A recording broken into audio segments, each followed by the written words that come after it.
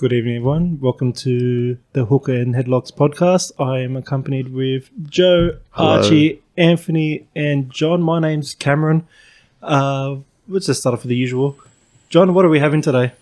I'm smoking Tangiers cane mint. Anthony, how about yourself? Banger berry pie. Archie. I am smoking Tangiers Experiment. Joe, how about yourself? Archie, what's Joe smoking? Joe is smoking Eternal Lime Lit with Adalia Blueberry Ice. Fantastic. And Cameron? thanks to Lime Lit, we've got a new subscriber. Yes, shout out to Jano. Yeah, Jano. Jano. Oh, John. And I'm smoking Alpha K Mint today. It's very traditional. Yeah.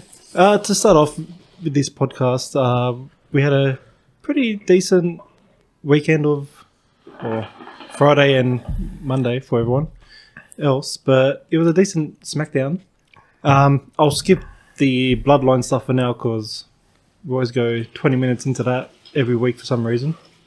But yeah, we'll just start off with the first match of that night, which was the Money in the Bank qualifying match between Santos Escobar and Mustafa Ali. Pretty good, decent match for someone that is returning back to NXT and coming back onto the weekly shows regularly.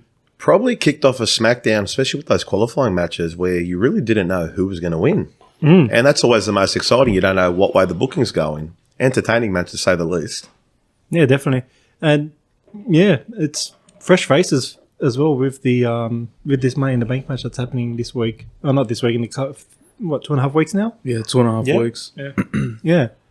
Just to do the quick rundown, it was a very back and forward match, a very decent match between the two as well. And yeah, I feel like Ali's getting that bit of recognition even after that Gunther showing in Saudi. Yeah. Santos Escobar got the win, solidifying his spot in the Money in the Bank match. Any thoughts on that, guys? Yeah, I was happy to see both actually get a meaningful match. And it's good to see some underrated and underutilized talent start off the show.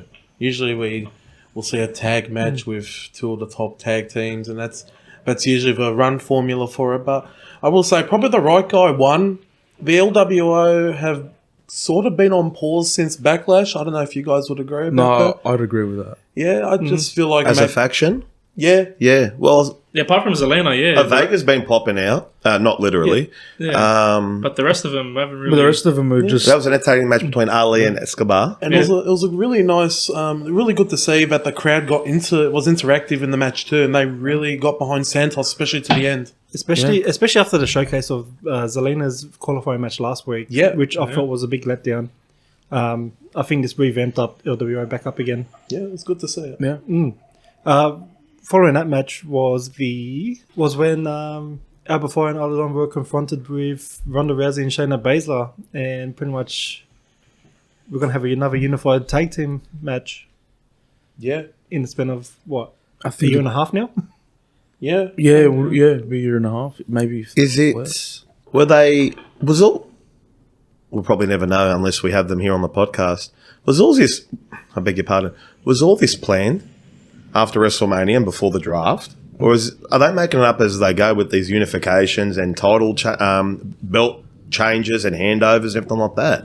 Or are they making this up as they go? Or was this always the plan? More or less likely, because a lot of the other More or less likely on the go? No. On the go? Oh, so planned. it was the plan? Probably planned it. Yeah. Yeah, like there's a lot of stuff that has been planned for the ages. Like I've even read a report the other day saying that Cody Rhodes losing at Mania was planned for a long time ago. Yeah. I I saw that as well. Sorry, I should have probably been more clearer. I was more emphasising on the unification of a couple of belts and the handover of the titles for the new belts and all that. You think that was planned? I'm pretty sure it would have been planned. Yeah. That probably would have been. I think the end planned game for Triple H was eventually Fresh. strip those colours, Yeah. which restrict the champions That's Yeah. true. from switching to a brand that Yeah. had been an awkward swap Yeah, I think. Yeah. after the drafts. Yeah, I think he would have learned from when they did the title swap a couple of years back, and it fell flat. I still can't believe they booked themselves into such a hole a few years ago. It was Yeah. embarrassing. It was embarrassing. It was. I think Triple H went the right way about it, the way that he'd done it recently. I think it was a good move. It's true. Am I the only one surprised that they're giving Alba Fyre and Aladon the face push already? Well, I have here on the notes, it was good to see them put as the baby faces, but Yeah. In another note here, I said 2 shows in a row, Ronda and Shayna have come across the 2 teams who I would like to see them be beaten by to get those tag titles. And I don't see Shayna and Ronda dropping those tag belts to Alba and Dawn just yet. Yeah, but they're looking so strong already. Yeah, that is true. Okay, that's the thing. Like, It might be rich coming from me as well, but Ronda's still getting a pop when her theme hits. Yeah, I think this has been a good all thing that. for her putting with Shayna as a heel tag team. I think, what's the old adage? How am I supposed to miss you if you won't go away? I think people generally, for the first time in a while, are happy to see Ronda wrestle again. probably since Her her mic debut. work, and what's as well, maximise your strengths, hide your weaknesses. Shayna probably gives her a bit of confidence as well. Yeah, her mic work's never been the strongest, And the way she like reacts with the crowd as well. Like, and you're hardly hearing Ronda speak these days. Yeah, not only that. It's nice to see someone else besides Ronda and Shayna get the upper hand at the end of a scuffle. Yeah, That's what I was worried about watching that segment without knowing what was going to happen. I thought, they're going to run them over. Have we ever had have we ever had a dominant women's tag team? This is probably the only dominant one we've had. Yeah. The next closest, I'm not talking about a faction, I'm talking about... Just the tag team. the next closest would be the Kabuki Warriors with Asuka and not Io Sky. Kairi Sane. Kairi Sane, that's her name. Yeah. And before the tag title era, you have to go to maybe Beth Phoenix and Natalia when they were the Glamazon tag team. Yes. Yeah, or even Lay Cool. Yeah, they were pretty. They were kept very strong. Yeah, that's a good one. And that was like, 14, 15 years ago. Yeah. So we need to bring some of these tag teams back just for one more, just for the sake of it. What is The Undertaker doing these days? He's doing a show. He's been doing talk shows like I've been going to Foley. London as well. Yeah, Yeah, he's same doing- weekend as Money in the Bank. Yeah, so everything's Good on him. working out for everyone by the looks of it so far. Yeah. Followed by that little segment was the next women's qualifying match for the Money in the Bank, which was Bailey versus Mia Yim. Interesting finish. Yeah, a very interesting finish. Yeah. But yeah, Bailey got the upper hand, and we're going to have 2 of Damage Control in that match. Is this kind of the calm before the storm, before the breakup of Damage Control? 100%. I think so. Could be the start of it. Yeah. Because It'll blow up at Money in the Bank. Maybe Io Sky gets close to winning the briefcase, and maybe like Bailey goes, it's every woman for herself, and she costs her partner the match. Well, as it stands Sows now, the we're seeds. 99.9% sure that there's going to be an interaction between Damage Control and the Money in Bank, and one of them is probably going to deter the other one or physically stop the other one from getting the belt. But we have seen that before with tag teams or factions, where it does happen at Money in the Bank, and then they don't break up. But you can tell this has got a bit of meat on it. They'll build up on it after Money in the Bank. Yeah.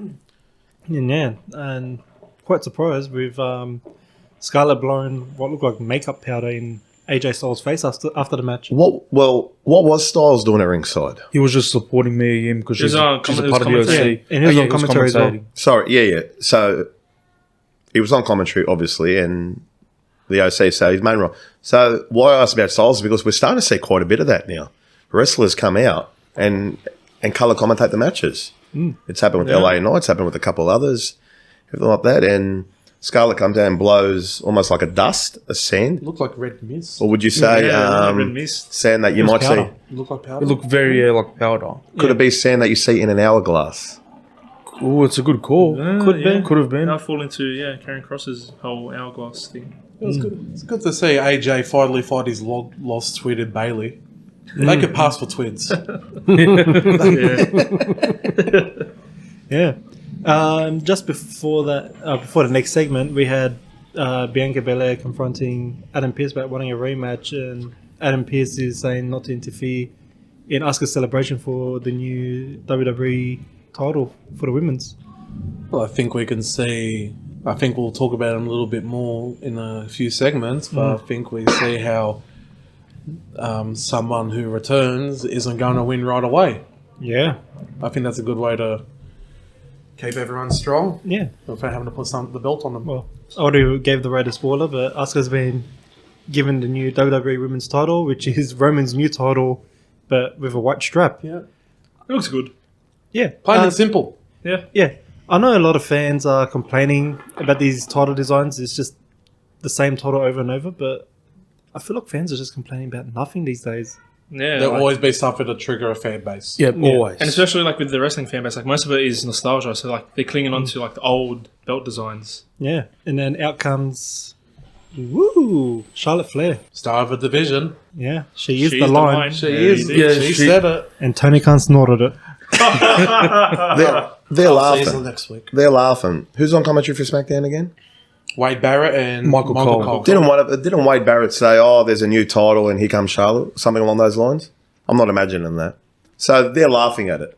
So they're having an inside joke about it. Here comes this brand new title, literally, And he's Charlotte Flair. and to he's challenge. Charlotte Flair. Nothing beats a Charlotte. In the Wade ring. Barrett said something along those lines, and I thought, "Oh, so you smart asses know what's going on then." Yeah. What are you guys thoughts of Charlotte Flair coming back into the title picture right away? I don't know. It's mixed feelings. Because at this as point. great as she is, I think she needs to stay away from a title picture for a little bit. Because she's always around the title picture one way or another. And like the fans are just tired of it. Like, I think they need to do something just to keep her away from it for a bit, and then put her back into the title picture. I think with the women's division, tag team division, and the heavyweight title division, whether it be the Raw title, the SmackDown title, do you see in recent time? Have you seen a lot of feuds or a lot of storylines away from the title that have been memorable? Or have they all gravitated around the titles? The only one recently is probably Becky Lynch versus Trish Stratus. That doesn't involve a title, but that's That came from a title match. but it did come from a title match. Yeah, Is it harder for the women to gravitate a storyline that's got nothing to do with the title? No, I just I think don't think creative so. just restricting the women's division, to be honest. They are. Yeah. Because surely there's that thing. I mean, look at WrestleMania in the men's. You had Ray versus Dominic. That was father and son. Edge and Finn Balor. personal. That was personal. Seth Rollins, Logan Paul.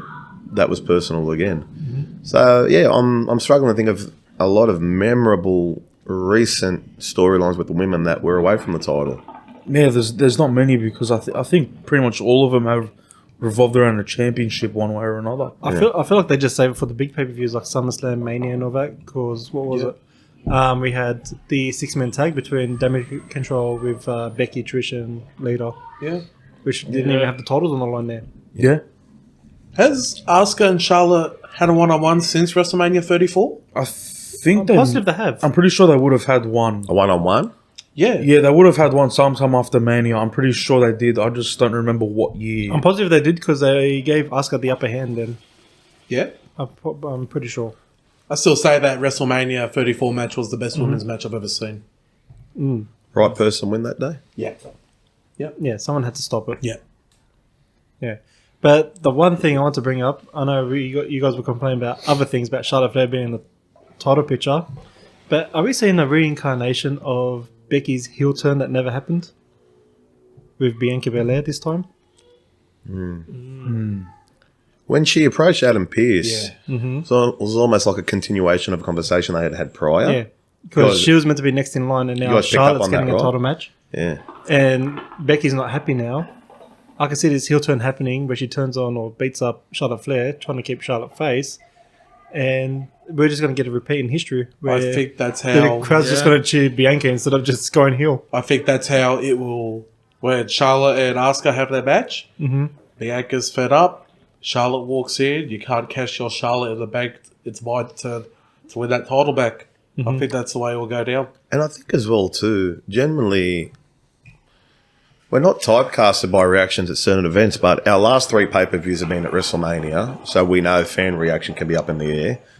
Puerto Rico, the Middle East, and we're going to London. So we won't see another North American pay-per-view until SummerSlam, is it? Yep. Detroit? Detroit Ford Field. Ford Field. So that's what I'm saying. Even the and to clarify what I'm getting at here, with fan reaction and all that, sometimes it can be a bit jaded when it's overseas or in certain parts of the country.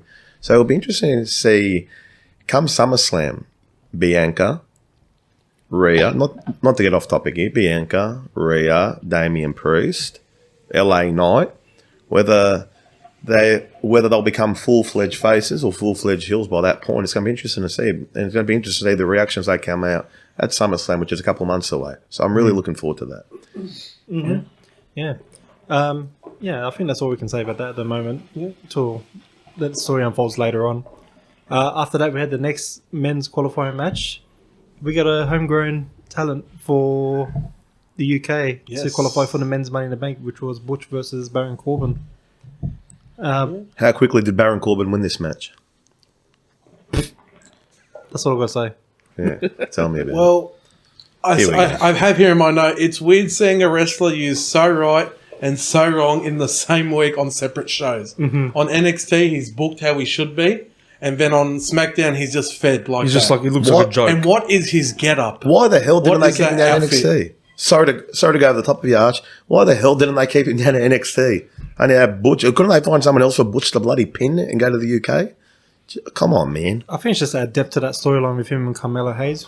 Speaking of which, it was actually nice to see some NXT talent, or active NXT talent, on the main roster. And I'm glad they also brought up Trick Williams as well, that because Trick doesn't get the love he should be getting. I'm glad that he came up with Mello. Yeah, I watched his match last week against Corbin. I actually enjoyed it. He's great. It's just a shame he's with Carmelo. Yeah, Yeah. he'll outshine sooner or later. Yeah. I see the heel turn coming soon between Trick and Carmelo. Soon enough, Yeah. definitely. But yeah, no, with the gear that Corbin was wearing, I don't get that. it's man. like he's on the main roster in his performance center gear.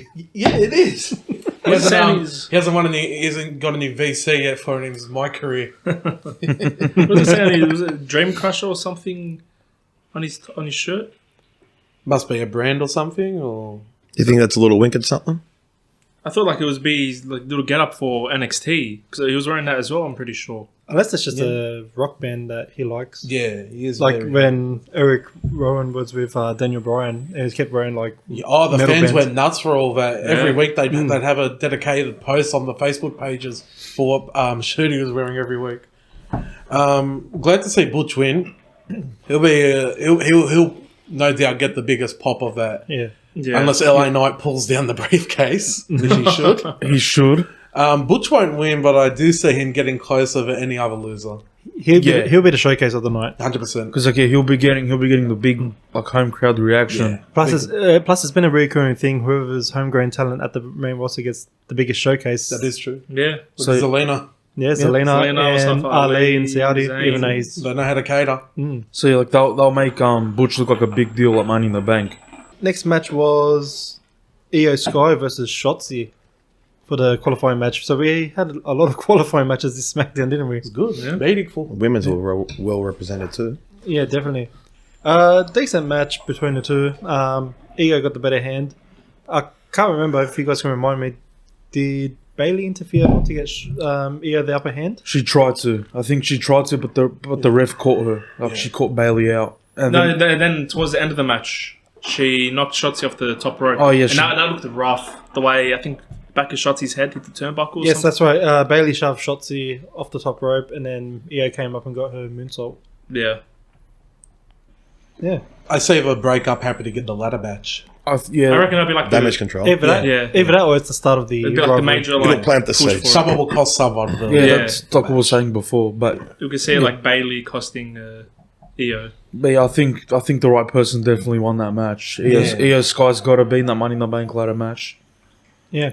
There's a little segment afterwards with Sayo, not Sayo, Sammy and Kevin Owens backstage and being confronted by all the tag team divisions in That was funny. Another Kevin Owens blow up. yeah, and announcing a gauntlet match between the 5 teams. It's not.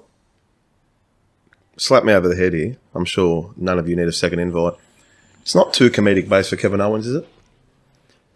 No, I don't think so. In a way, it reminds me Arch of. have a good opinion He here. reminds me of The Rock and the angle where he can deliver as serious, but have that little fluff of comedy in there. Yeah. Yeah. You can still take him It's serious. funny. Yeah, and like you It's can, funny, you can yeah. still like, and you can still pull it off well. But did you see what I was getting at there? How he blows up all the time now someone comes. Yeah. Yeah. Especially coming off such an intense storyline with the bloodline and all that. But that's the reason why that's what he said on Raw. He said he keeps blowing up because of stuff like that. He said he's feeling like ultra frustrated and he's just sick of being like cut off by everyone whenever he's doing what he's doing. I'll have a bit on that in the Raw segment because I feel like it's not going to be a too long tag title reign for KO and Sammy. No.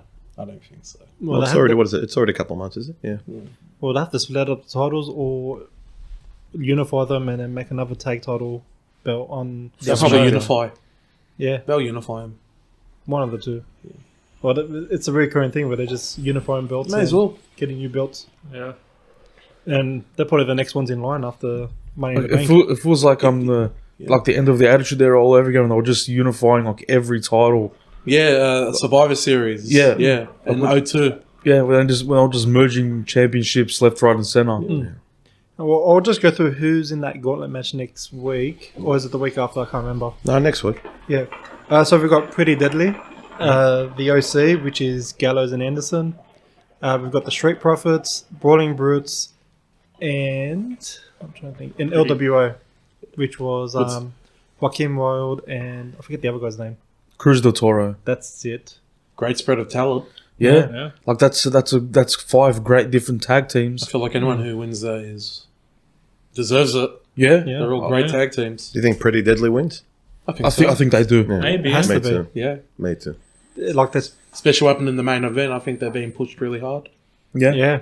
Good to see it. Yeah. So is that everyone's pick for next week for the gauntlet? 100%. Yeah, and they'll come up with another creative way to win the match, like I've done every other week so far.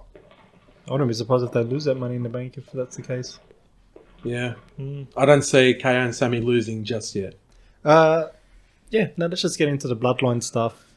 The show actually kicked off with Paul Heyman and Solo coming out, and then Jay comes out afterwards, and Paul Heyman giving him a little proposition that Roman Reigns wants to make Jay the next Tribal Chief in line, and to start it off, to bring gold back to the Bloodline by giving him a title shot against Austin Theory to, you know, just get him up there and try to lure him back into the Bloodline by the looks of it. Yep. Jay openly accepted the title match, but Very receptive to that offer. yeah. And yeah, pretty much he didn't want to shake Paul's hand Left him Yeah, hanging. till later. like he pulled the fast one on him. Yeah. And then there was that little promo in between the shows from beginning to end where Jay's like, if I'm in the Bloodline, you're going to be out of it. And then just before that little moment there, Paul Heyman, when he first spoke to Jay again backstage, he said, "Oh, I like that. You see, like saying how you pulled the fast one on him." Left it as a cliffhanger. Yeah. And Is then, yeah, sorry, go ahead. and then again, he held out his hand for Jay to shake, and then Jay just said, "Oh, I'm going to be the new United States champion, such and such." And then he walked off. So again, he blew Paul Heyman off. Is anyone else surprised that Heyman and Reigns are still trying to keep the bloodline together? I know, Reigns last week, there was that whole no and Solo hit the spike. What Heyman did, was that contradicted of Reigns' attitude? Giving Jay, or getting Jay a United States title shot? I feel like it's more That's to just cause tension between the Usos Yeah. and to have them break up, because Heyman did say Yeah. there's no more Usos. Definitely. He said something along the lines of the tag team, the Usos, will no more. cease to exist. It's There's no no more. more. Yeah. He said it's no more. Yeah, I have to agree. But we all know Roman, he can play the mind games. Definitely. Yep. So it'll be interesting to see what comes up. We get Roman next SmackDown, don't we? Yeah. Yes, we do. Yep, Yeah, next week. he- And Jay will be out there to make his decision as well. Interesting. So what was meant to happen that night has been extended to the next week. But going into that match, Sorry, Cam, but before we go, what is Jay's actual decision? he hasn't made one yet. No. What is the question posed exactly? Either side with Jay, stay with the Uso, stay as the Uso brothers, or the tag team in general, Or just leave Jimmy by himself and stay with the bloodline. and become the next Tribal Chief. Quotation mark. All right, so not to give it away to spoiler, but we know we don't get any of this on Raw. We'll go around the table. What do you think he does? Start off with Cam. It's tough. I feel he will. Talking about Jay here. We're talking about Jay. Yeah. Yeah. I feel he will side with Roman for now. I think they're just going to knock him off one by one. But Jay's not going to stay for too long, I feel. Jay will attack his brother on SmackDown next week. I don't think he'll attack, but he'll walk away. John? Yeah, I think the same thing. I think they'll let the storyline drag out a little bit more. They'll have Jay appear to be with the bloodline, just to further the storyline, and then probably down the track he'll see like the error of his ways, and then he'll he'll side with Jimmy again. I think at the moment he'll probably go back to Roman. Anthony?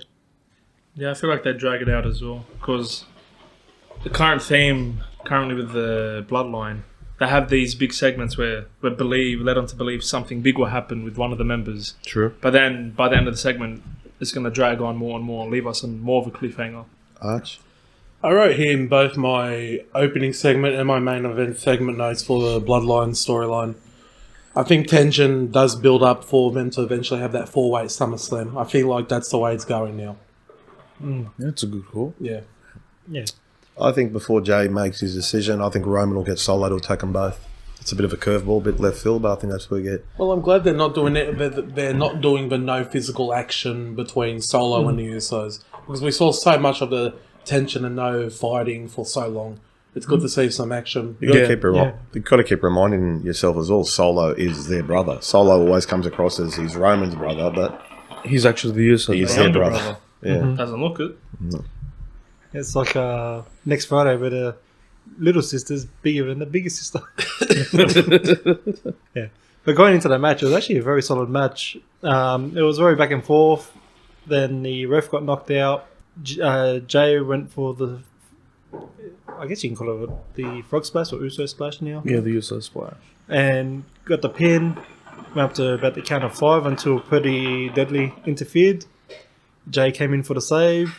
And then soon after, Solo came out with the Samoan spike. Straight away. Straight away to Jimmy. No hesitation. He just straight away attacked Jimmy. But out comes Jay to save the Samoan spike from happening. And then Jimmy goes to kick Solo. Yeah, Jimmy goes to kick Solo, misses and hits Jay. Austin Theory gets the cheap win, gets away with it again.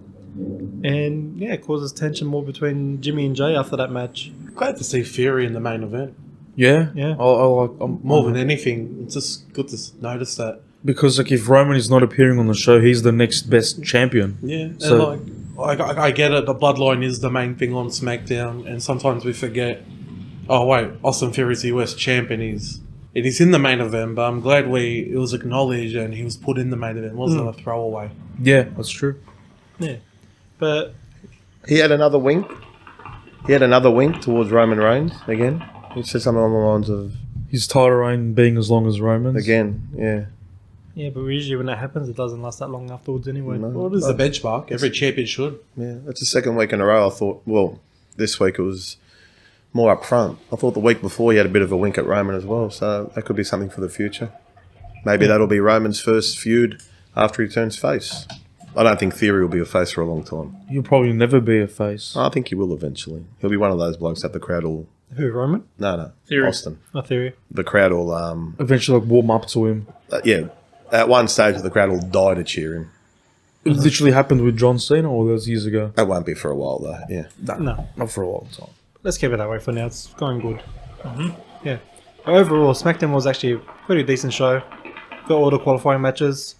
We'll go into Raw shortly after, but It was pretty meaningful SmackDown. Yeah, Very I it don't was. think there was one segment that they didn't mean something. yeah, everything led to something. It was Like good to see everything, that. everything advanced the It story. carries on the tradition, or not the tradition, I beg your pardon, the pattern the last couple of months after WrestleMania. As in, we saw Backlash, we saw meaningful there with feuds that didn't quite get finished at Mania. Had some kind of stroke at Backlash, and then we saw the build-up in an actual bracket and a tournament for Night of Champions. Yep. And now we go again. Build up for SummerSlam and Money in the Bank. For Money in the Bank, SummerSlam. and then SummerSlam's one of the last pay-per-views that you need a build-up to, but I'm sure the build-up for SummerSlam will be very exciting. Yeah, everything's leading up. It's good. It's good to have structure. It's good to have a goal as well. Yeah. Yeah. Moving on to Raw now. No promos about it. Nothing about it. But Raw kicked off with Rhea Ripley getting the new women's world heavyweight title, which is the exact same as Steph's title, but white strap as well. Was it expected after Asuka? Yeah. Yeah. It was. It was definitely expected. Not announced, but expected. Yep. Well, I read rumors even like a couple of weeks ago announcing that that's what's going to happen. Look, I'll tell you what, I'm a big fan of that, of like that big gold design with the white strap. It actually looks so good. Suits Rhea as well. Didn't she wear white at WrestleMania? Yeah. Yes. Yeah, suits Rhea as well. Even her match against Charlotte when she was at NXT champion, she wore white as well. Yes. She dressed up as Vegeta. Yeah, her 2 watershed moment. You're talking about Charlotte at WrestleMania 36? I think it was 36, yeah. Where she lost, right? Yeah. So her 2 watershed moments, she wore white. Yeah. I wonder if she'll wear white when she marries Dominic one day. Oh, jeez. Shout out Buddy Murphy. How good a Carlton. Anyway.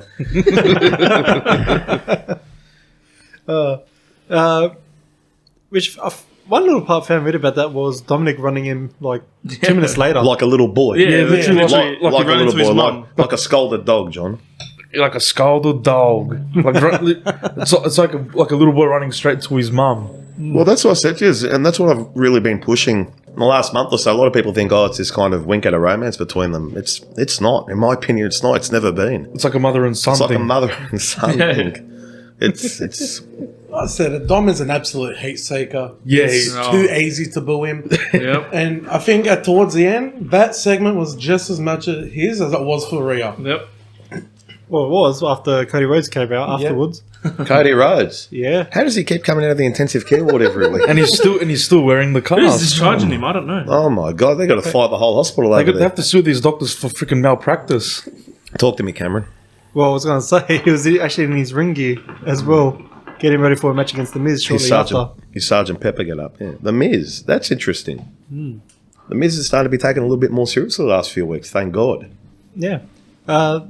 So as Cody and Dom exchanged a bit of words, Miz came out of nowhere, went to go for an attack, but did not work at all. He ate it. Yeah, he definitely, that's the perfect words for it. Then Cody went to go towards Dom.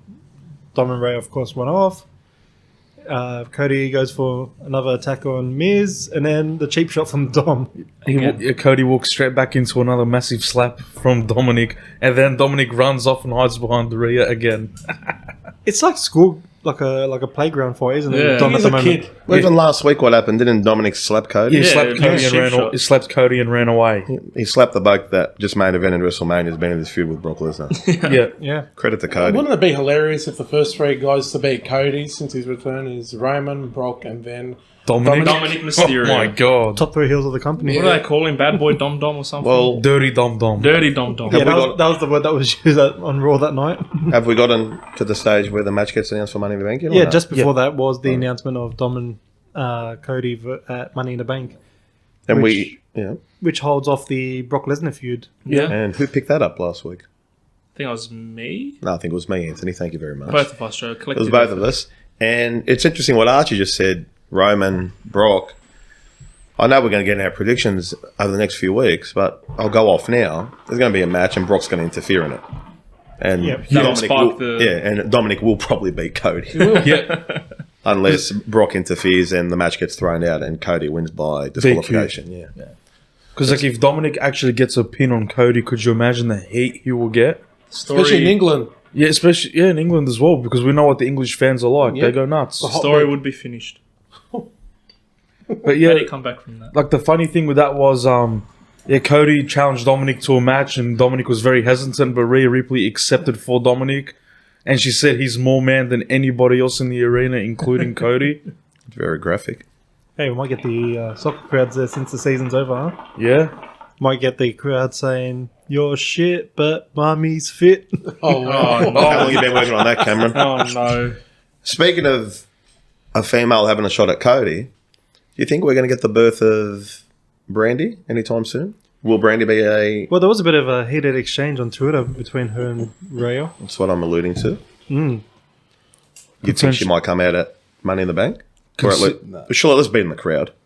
Has to be, well, yeah. considering they had that little exchange on Twitter, surely they will have it lead to something. So for those that don't know exactly what happened on Twitter. So yeah, continue on with that match with Cody and Miz. A very decent match between the two. I think it was a better showcasing for Miz, I feel. Even though Cody got the win, but hey, next week Raw's going to be in Cleveland. Is Miz going to get his first win of the year? Fingers The crossed. year? Probably. Well, that's actually one of my notes here. When was the Mrs. last win against Loomis? Yeah, Yeah. Wow.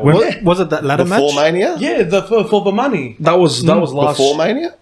Last year. That was last year. Oh my goodness. Where is Loomis? Far I haven't seen him in a while. Last match Loomis was in was the Rumble match for the World Heavyweight title. Oh no, for the Intercontinental title. So he's probably injured or something. I think he is. Either that, or they've just got nothing for him, or even Johnny Gargano.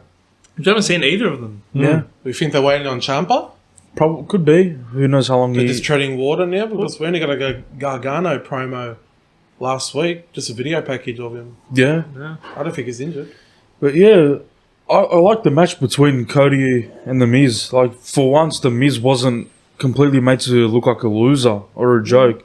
He actually looked fairly competitive in the match, even though he obviously lost. He actually pushed Cody quite a bit. And overall, they actually had a pretty solid match. It was a good way to kick off Raw. Yeah, it was a decent match, I feel. But yeah, More glad than anything that we don't have to wait for a pay-per-view or at least a month in between to see Cody Rhodes wrestle. Yeah, it's good to have him wrestle on free TV. I know we were just bagging him out for still in the cast, but I guess it just shows that it's just for show. He doesn't actually have a broken arm. Okay, but at least it shows that he's good at selling the story then. Super Cody. Selling the story and hopefully finishing the story. Yeah. Soon after that was Becky Lynch's little talk with Zoe Stark before leading on to her match with Chelsea Green as a bit of a revenge plot for last week's qualifying match. Decent promos between Zoe and Becky, I felt. Yeah, they actually both cut pretty decent promos, especially Becky. Crowd was hot for Becky. Yeah. Do you think we're going to... do you think we're going to see Trish slowly fade away?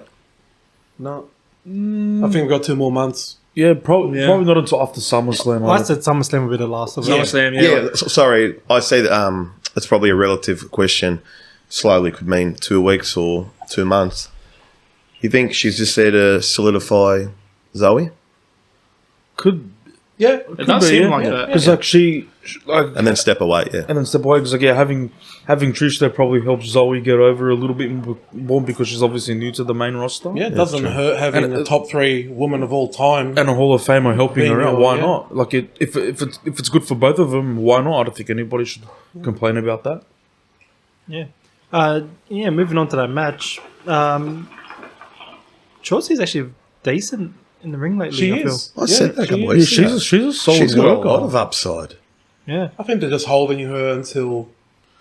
She breaks through from Sonya. That's it, yeah. She does have the potential to break out. Yeah. Nowhere near as talented. Oh, well, we don't know, with all fairness to her. Nowhere near as talented, but getting a bit of a Charlotte Flair feeling about her. Obviously, that's a very big Very big statement, but just, comparison, I don't know, the look, the charisma a bit. There's a bit of Charlotte Flair about her. I think I might be the only one who says it. Yeah, watch that space. Entertaining on the mic. Yeah, and she plays a good character too. She knows how to draw heat. That's it. And she's got the look for WWE as well. Yeah. Yeah. It was a dominant win from Becky. Yeah. Short and sweet. Didn't have to be any more than what it was. Yeah, that's true. 'Cause like And obviously- again, sorry, John, but yeah, and again, Zoe we've been ringside the whole time, but not interfering. Just monitoring her. Yeah, just building tension between them. It's good. Yeah, I think it was probably the right call having Becky win, have a look strong in the lead up to Money in the Bank, where they'll probably further advance the story between her and Trish. Maybe Trish can get involved in that match, cost Becky from getting the briefcase. Yeah. I know it's contradictory to what I said about the brawl to end SmackDown, but it's good to see sometimes no altercation rather than some altercation every week. Yeah. Yeah, Good to have Zoe just watch and she's like, Kind of tease. that's it, teasing if she's going to come in and attack, but she's not. She's biding her time. yeah, I think it's good to have that balance between physical contact and not like a non-physical contact. Like it's Yeah, a good mix. yeah, but things are looking up for Zoe as well so much. 100%. I thought they would take their time with her, but they're pushing her right to the top already. Yeah. Yeah, Then they the got deep away end. from Nikki Cross. Yeah, yeah. like Yeah, that whole fiasco that happened in yeah, the first week. it's or good two. to get her away from that because with what she's done since she's moved on from Nikki Cross, she looks like she's handling the responsibility of having a bigger storyline very, very well. Like she's doing bits in that story. She's doing well. Definitely future champion. Yeah, I see the vision. 100%.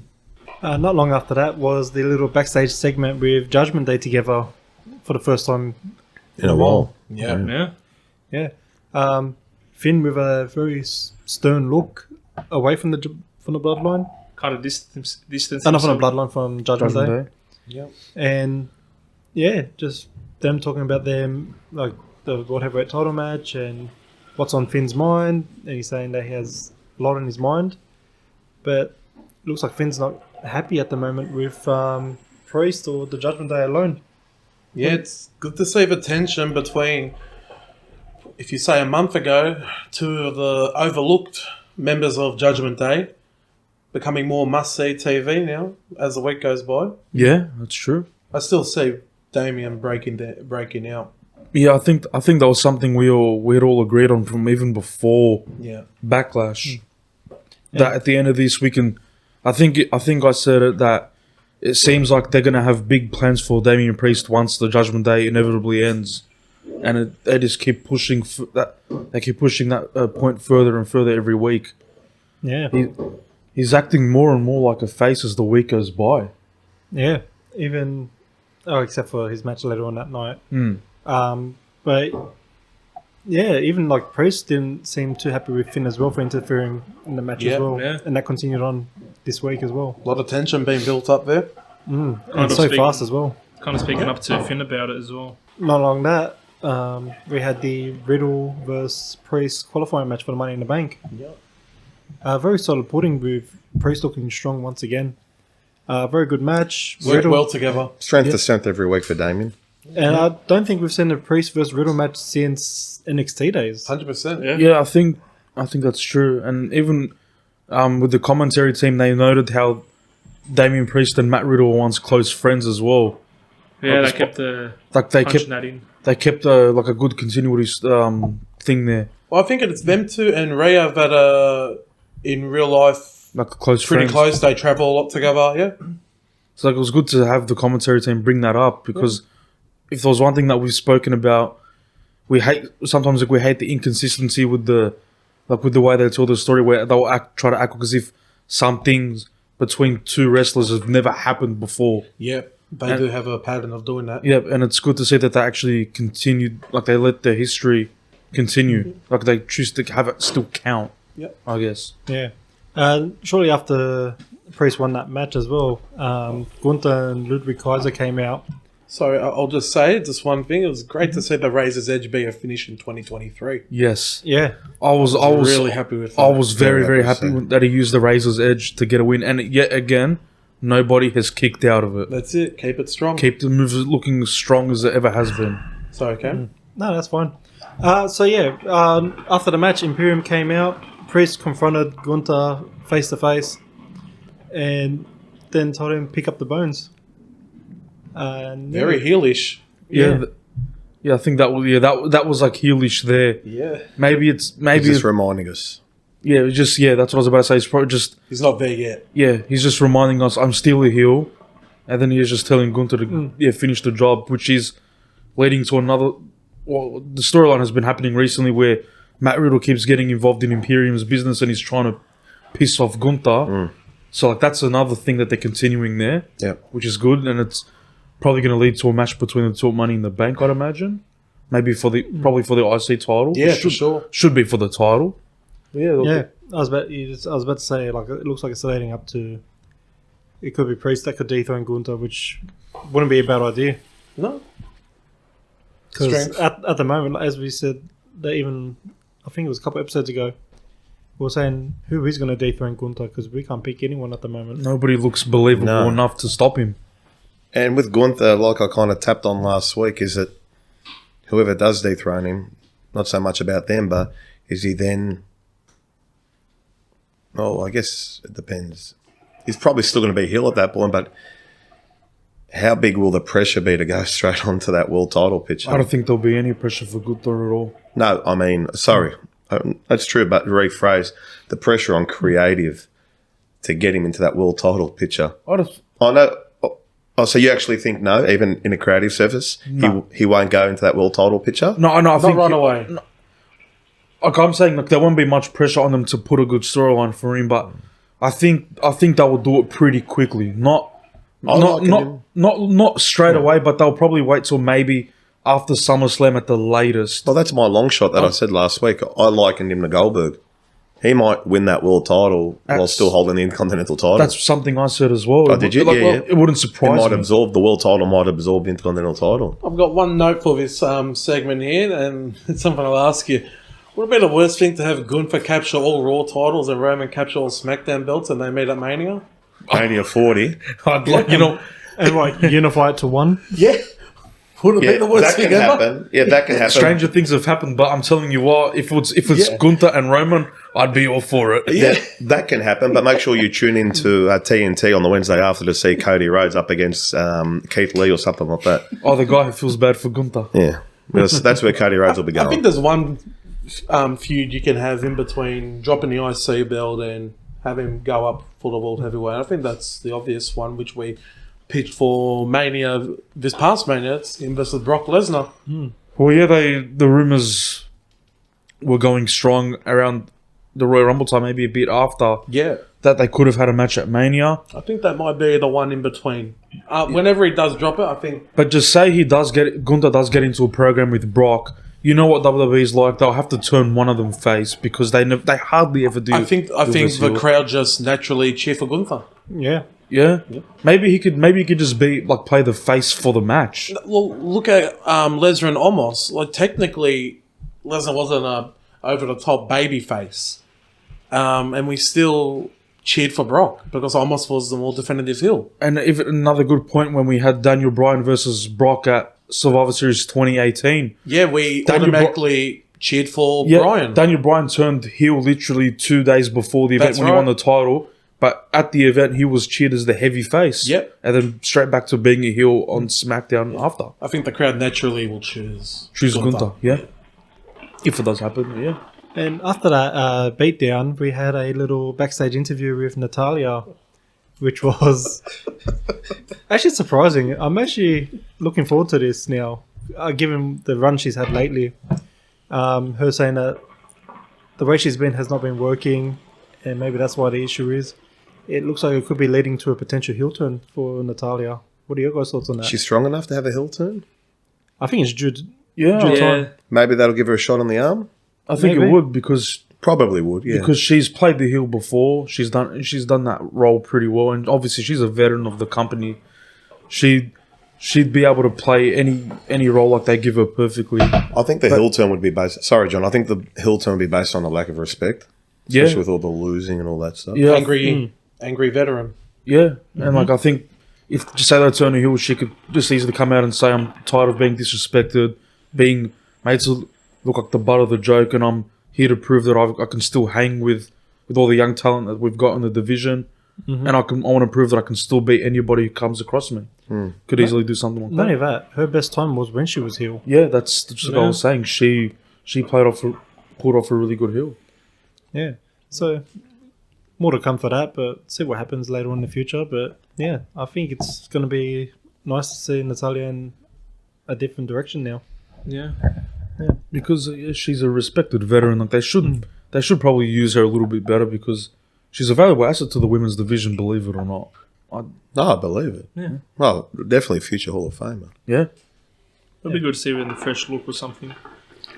Keep the look, it's fine. She's a heart girl. Keep the heart look. Just no beret. No beret, yeah. What's your order? And no Sergeant Slaughter gimmick while we're at it. Oh, God. Fish fillet. Yeah. And not long after that, we had the backstage segment with KO, Sammy, and Imperium, which was just Ludwig Kaiser and Gunther. Giovanni is apparently injured from the ankle lock that he copped for the 5 seconds last week. What's that about? Just having a break? That's what I was thinking. I was thinking, is he actually injured and they just used it as a thing to write him off of TV for a bit? I just think it's consistency more than anything. He did get put in an ankle lock. That's usually one of the more deadly finishes. Yeah. Yeah. Oh, who knows? Thank God Cody Rhodes never got put in ankle. Oh, God. Whoever's been getting ridden off usually is getting married, so maybe it's his time to shine. Oh my God, they should have just got a grip. They should have got a group discount wherever. At the Elvis Chapel in Connecticut. And yeah, as you were talking about earlier, with Kevin Owens gone on his little rampages. On his little tantrum again. Led to changing the match into a tag team title match for the main event tonight. Yes, it did. I love how I say tonight as if it's actually happened tonight, but it's actually happened 2 nights ago. But yeah, at least it adds depth to the storyline for Kevin Owens and Sami Zayn. I think this is their 3rd title shot already now since winning at Mania. Yep. Yeah. So, yeah, the way they're going, they've got a big tug on in the back now. So They're the top dogs. They're the cornerstones. Yeah, so then they need Once again, I'll say it every week. I'm just happy to see them enjoy themselves, especially KO. Yeah, it's true. I don't know. I know we've gone to the well so many times, but especially between these two. Do you see KO getting too frustrated with how Sammy's so rolled up with the bloodline, even though it's been 3 months? Is Sammy still rolled up about the bloodline? Of course. Like he's involved in a still way. trying to convince Jay to break away. yeah, Trying to be like the He's good still neighbor. wrapped up in it. Well, actually, it's going to hit KO eventually. just to go back to SmackDown, he did go backstage to talk to Jay about the bloodline Yeah. and to make Yeah, the like right this I decision. don't know. I understand there's I forgot to interactions mention there. that, yeah. I understand there's interactions there. Do you But- see? Sorry, Cam. Do you see Sammy having major involvement in the bloodline? The fall of the I bloodline feel like the story's not finished there with Sammy. and with the Sammy? bloodline. Yeah, that's interesting. That's But interesting. what more could he do? That's what I'm thinking. He's out. He's on the other show. And like the If it bloodline. wasn't for the tag titles, he wouldn't be on SmackDown. Yeah, that's true. I just see KO, He's been fed up. especially how he has his big red temper tantrums lately. It could cost them.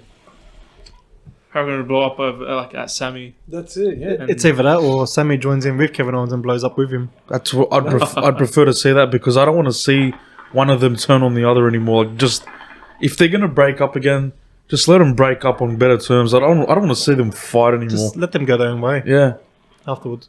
Well, soon enough, they're going to need more single stars by the looks of it. yeah. Seems Yeah. that way. So they've got enough tag teams at the moment.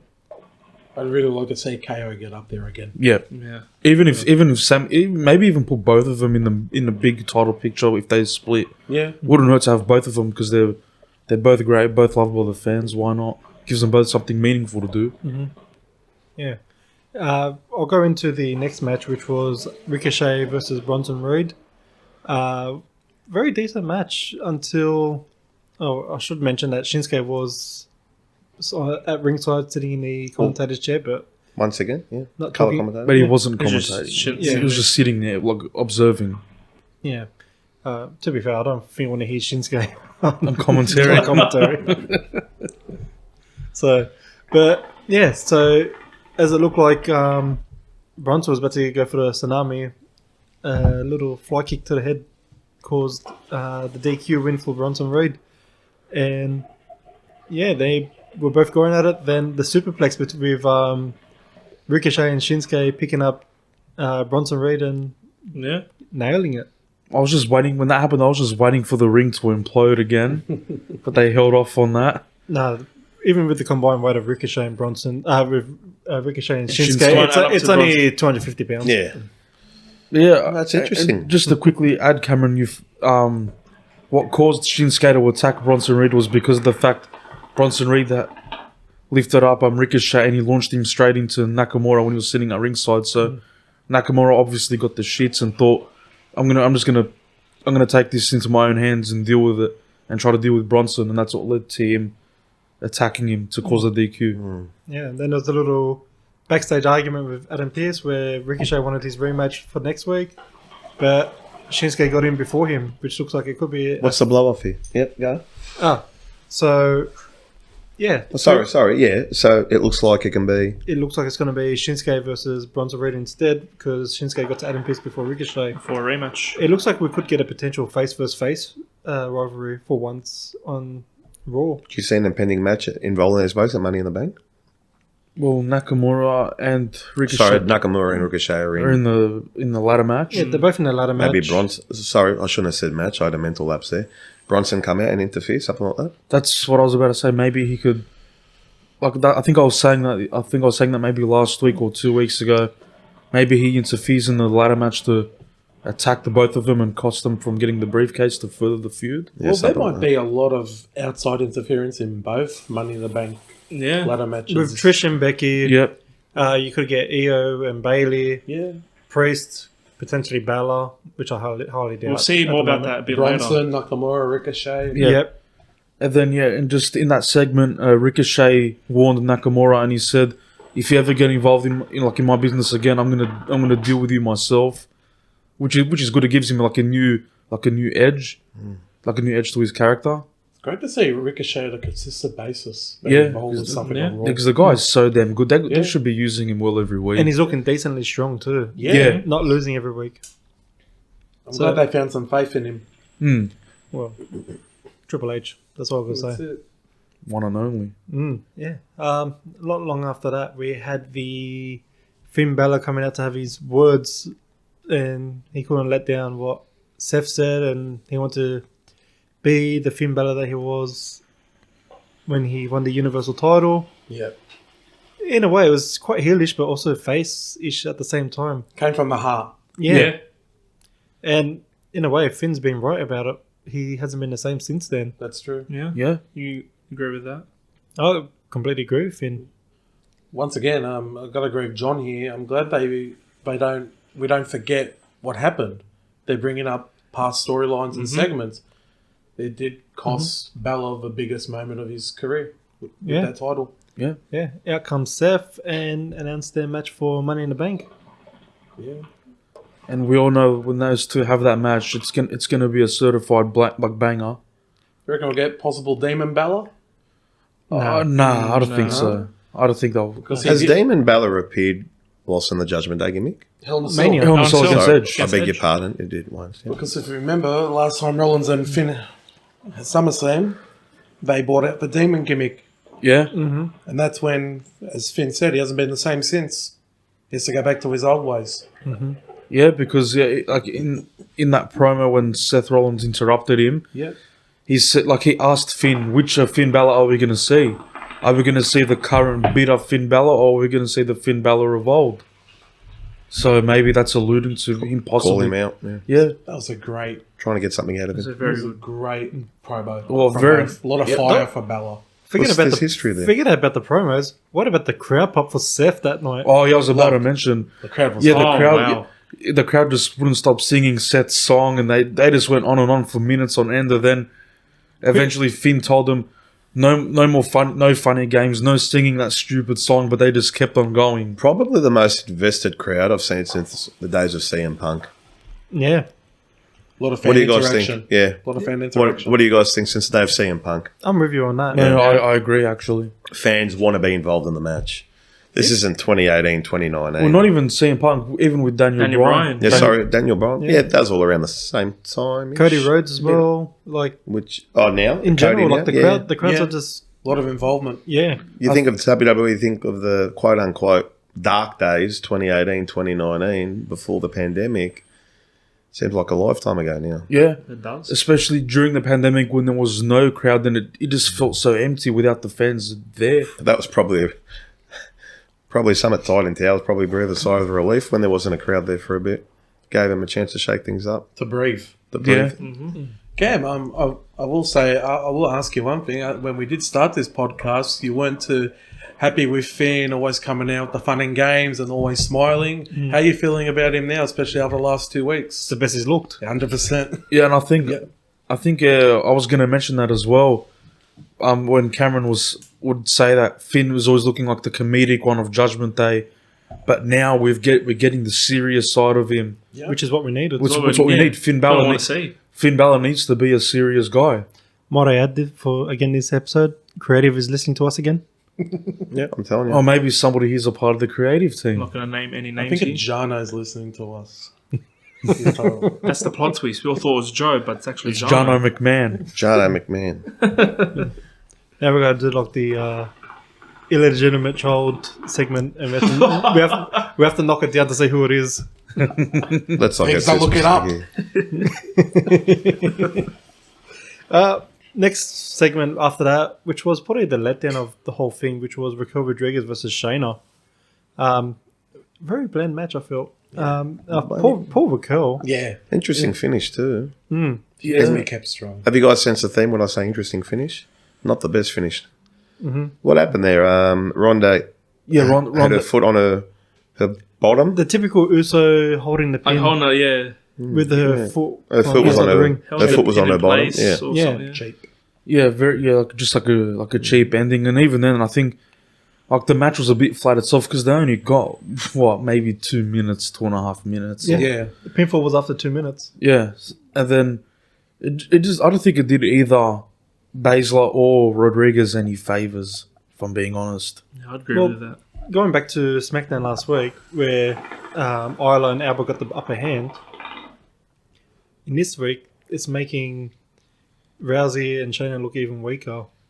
So Because that's use the cheap tactics to get a win when they don't need that. yeah. So are we getting the NXT champs to get the upper hand on Rousey and Shayna? It looks like it. It could be, but the thing is, would they have Baszler and Rousey lose those tag titles so soon? Because they only won them a couple of weeks ago. Who knows? Because that means the titles. No, they're not losing the titles anytime I won't soon. losing, yeah. But this is the sloppiest they've looked, especially over a weekend. I feel like they've gone forward on the mic, but they've gone backwards in the ring. Yeah, how strong they've looked. Yeah. It's like they've gone to the top and again weaker already. Yeah. Even that 1 week. So Hard to book Ronda Rousey, especially if you have to take into thought of especially her first year in the ring and her whole UFC career, how dominant she was.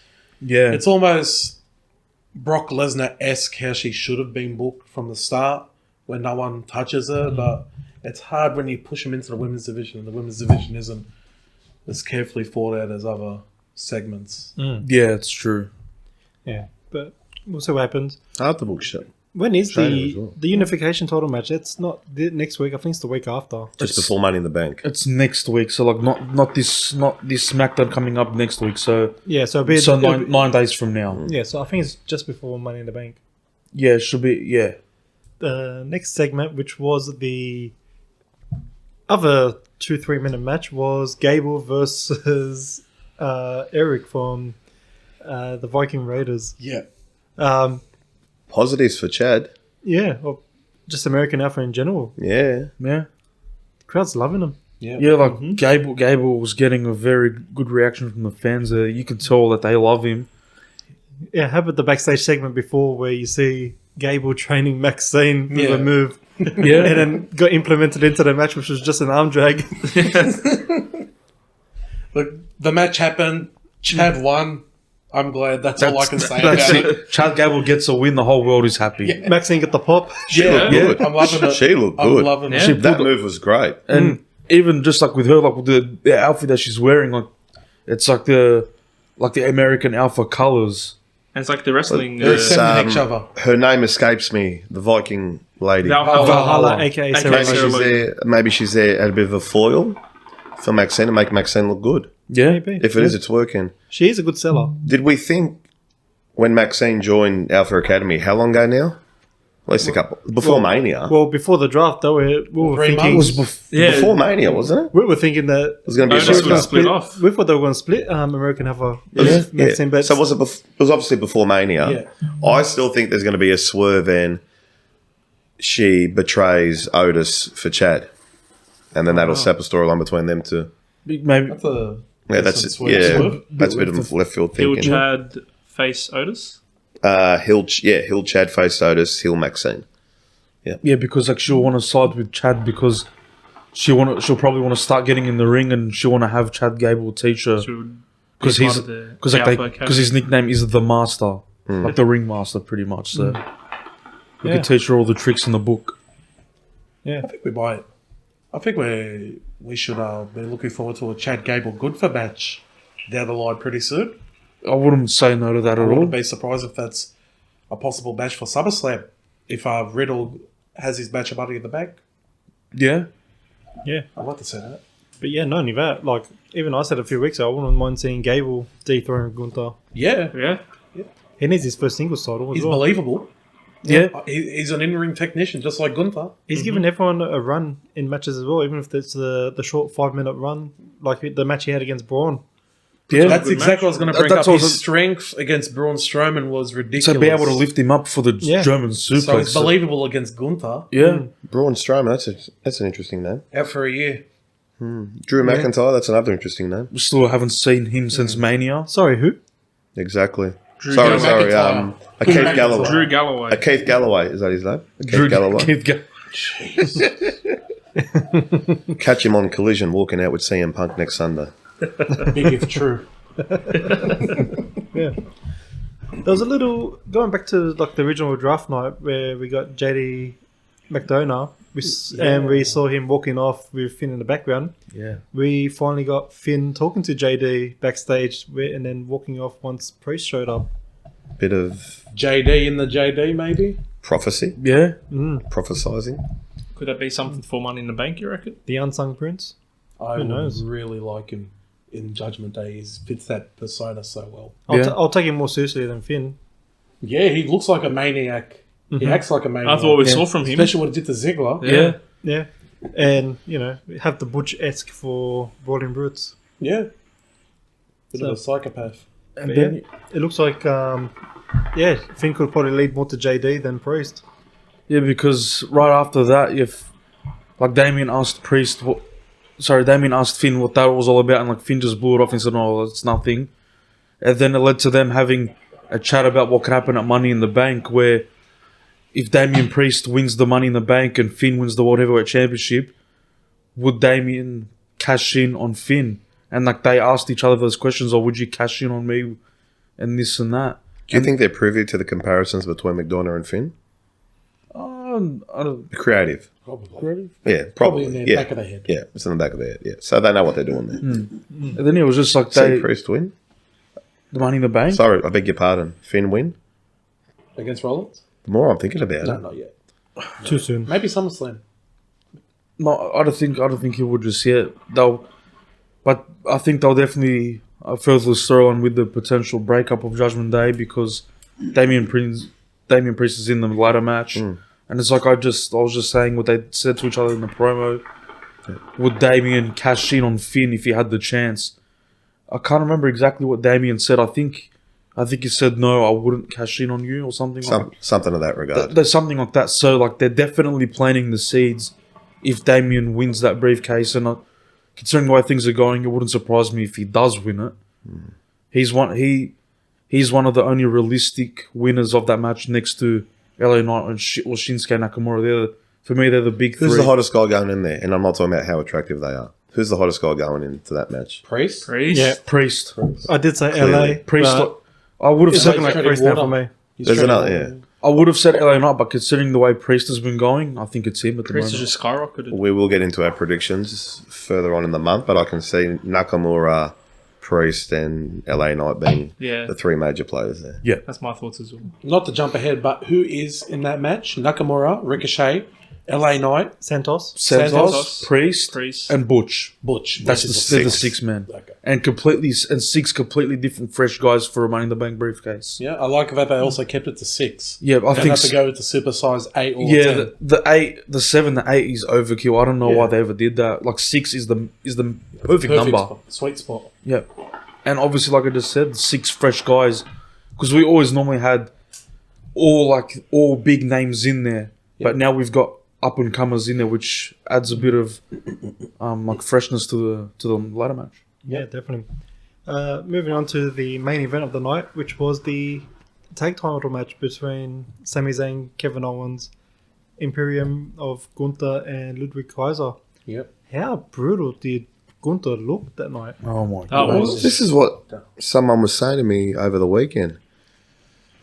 Half of what Gunther's gimmick is about, it might not be front of mind, but it ends up being subconscious. You actually think he's hurting the bloody bloke Yeah, he's up he is. against. when I was reading the reports just about the recap of Raw online, the writer said the exact same thing. It looks like Gunther is actually hurting his opponents, but he really isn't. So we all know what pro wrestling's about, and we all have a general idea how it's done.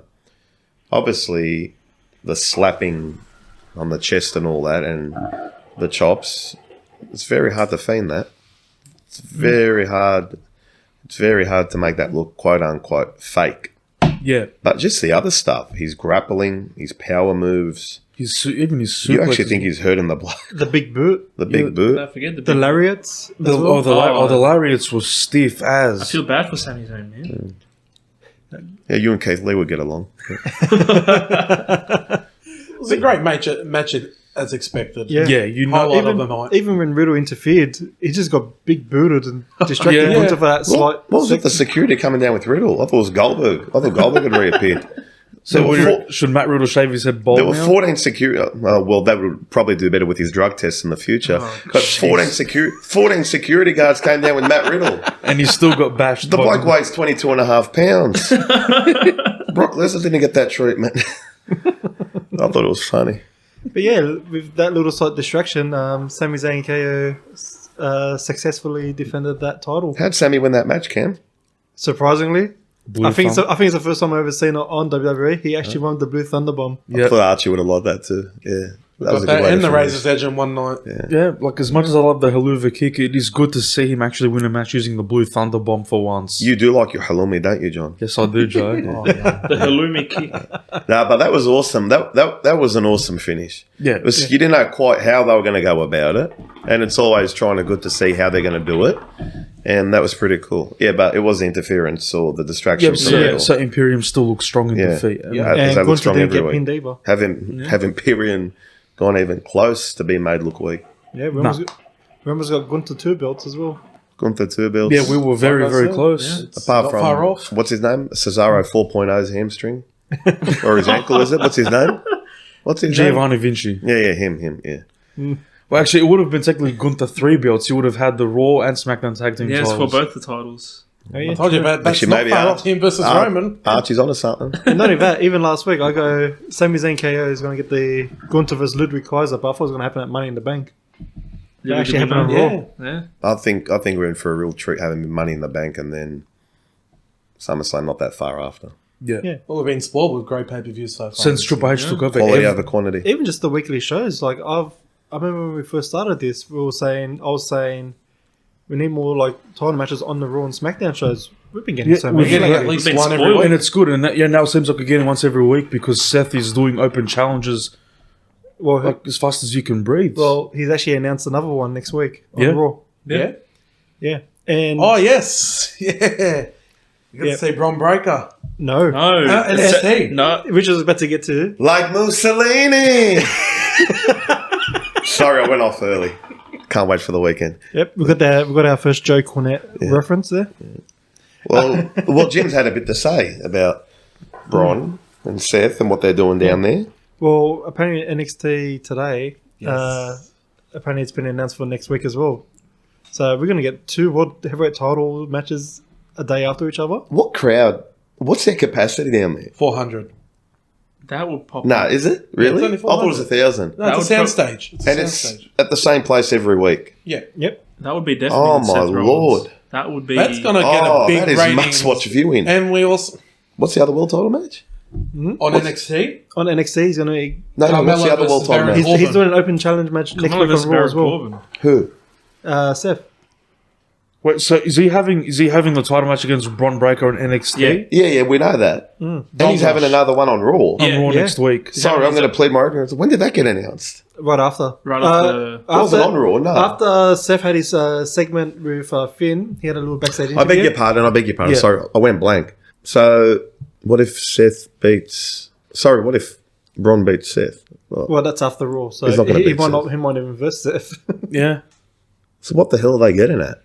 Who is Seth versing? It's an open challenge on Open Raw, challenge on We Raw. don't Who do know. we and think? then on NXT he Well, will be facing 24 Seth. hours later. Shall we have a He'll be prediction? facing Bron. Well, No, they're Bron. going to be in Cleveland. What's the bet? It's the Miz. Oh, good call. That's what Cameron was saying. What are tonight. they getting at here? If it's against the Miz ain't winning. No one's winning. Well, no. Well, yeah. Drew McIntyre. Well, but they wouldn't have him come back just to lose. Could it be Bron? Well, Again. On both. 2 nights in a row. Wouldn't rule it out. No, but I think last time we... Because that would actually ruin the purpose of the NXT match. Yeah. they're doing that for a big rating. But we've got Seth going... I'm not having a go here, but we've got Seth going down NXT. To face Bron Breakker.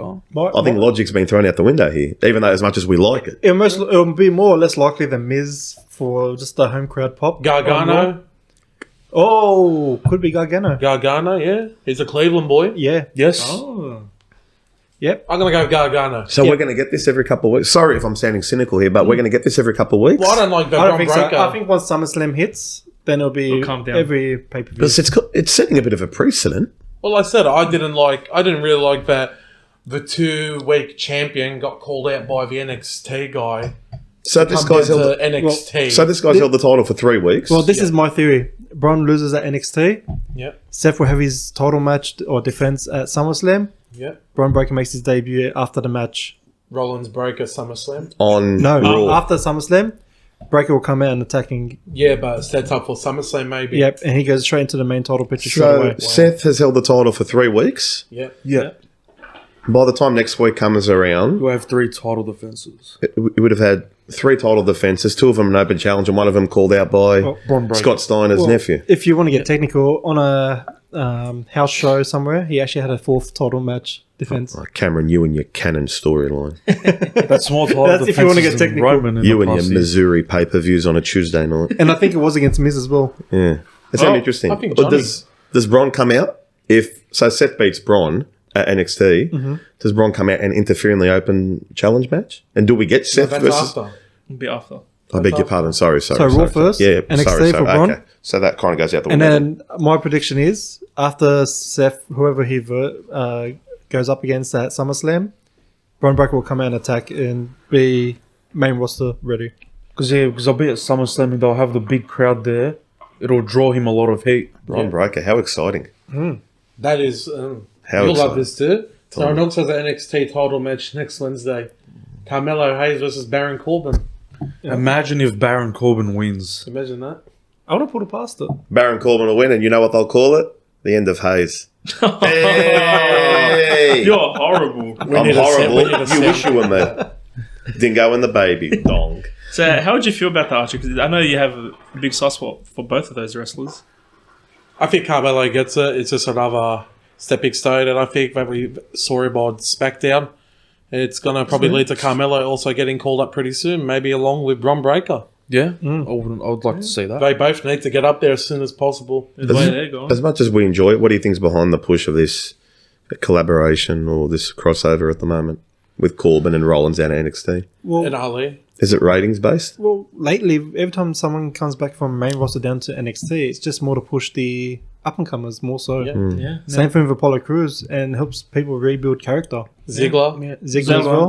Developmental and Jinder Apollo. Mahal brought up Yep. Industry with him. Jinder Mahal, the one that we Works for actually him. are excited for. Worked for him. We didn't get any industry this week, did we? No. There was a little promo, They and they called out actually Shelton Benjamin. When are they in Alexander. India? When did they go to India? couple months. I think it's after SummerSlam. Yeah. So it's after Money in the Bank and all that. Yeah. yeah. But yeah, they just had a backstage promo. Hang where- on. Sorry, John. Sorry to cut you off. You'll like this one. Are they the ones to beat Owens and Zayn? No way. I don't think so. 2 months is a long time, Khayy. Khayy means brother in Arabic for anyone that wants to know.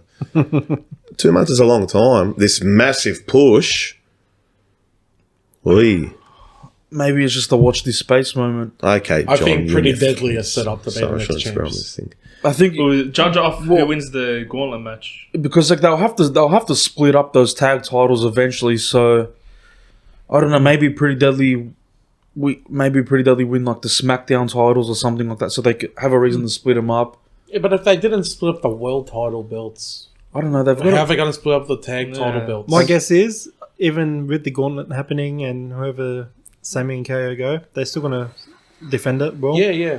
After that, maybe for SummerSlam, prepare for the first ever SmackDown Tag Team Champs and unify whatever. well, the Sami and KO rumors got. going around that I saw they wanted to bring back the World Tag Team Championships for Raw and then just the Tag Team Championships for SmackDown. Well, they did name the women's championships the World's Women's Championships. Mm-hmm. So they won't put world on everything. Yeah. Except for women's universe. Well, So Yeah, so the Worlds will go to Raw, and then the just WWE tag team titles. So just on- like the Which Ruthless, how it was. Yeah, like exactly. the Ruthless Aggression Yeah. days. Yeah, they'll or probably just, WWE Undisputed Tag Team Champions. oh please no more Yeah, but, undisputed. well, it's not. It's disputed. It's Yeah. yeah, no more undisputed names in titles, please. We've had enough. I think people just overplay the names and just critique it too much, personally. But yeah, just to finalise it, with all these lengthy reigns at the moment and multiple defences happening week after week, who's next to lose their title and get a new champ? Are we talking about tag team, main? Whoever. Who's your pick to lose the title first? Can we go through them first? We got a bit of time? Yeah, of course. All right, so we got wait, I want to take this one out because it's going to happen in a couple of weeks, which is the women's tag team titles. Yep. Besides that. Women's tag team title? Yeah. Yep. Okay. But So we got Roman at the top. Roman, Seth. Rollins. Yep. We got Theory, Gunther. We got Rhea Ripley, Asuka, and KO and Sammy. KO Sammy. So who's first to lose the title? KO Sammy, I'd say. I'd say Fury. That's my pick. But who do you think he'd lose it to? That's going to be the natural question after that. Could be anyone. Yeah, I'm between Fury and Because Kevin Owens. The reason why is because Theory's the only one that's scraping the rings and just getting away with it. So it's coming to a close. I don't know why, but for some reason, I can't see Seth having that title past SummerSlam. Well, would they really have a short reign for the first- new, first? Surely It'll still be, if it is SummerSlam, it'll still be 3 months, won't it? nearly 3 months. Hey, let's not forget, once SummerSlam comes, we've got 2 Money in the Bank winners. Exactly. And not to have a laugh, but short is a relative term. Short could mean a week, short could mean 3 months. In some people's books, 3 months is a long time, especially what we were accustomed to for a long time. Yeah. Cameron, you remember WCW 2000? Yep, don't bring it up like last week. 3 months would have had somebody been called Pedro Morales. Yeah. Would you just like to see a tag team Money in the Bank? Nah. Nah. Nah. Well, Just keep it at the keep it for singles for the world titles. but honestly, It'd be TLC, wouldn't it? For Otis' sake, when he won it, I was hoping him and Taki. Tucky. I was hoping, because he was his best friend at the time, whatever. Yeah. We'll go for the tag titles because they never really had a tag team title match.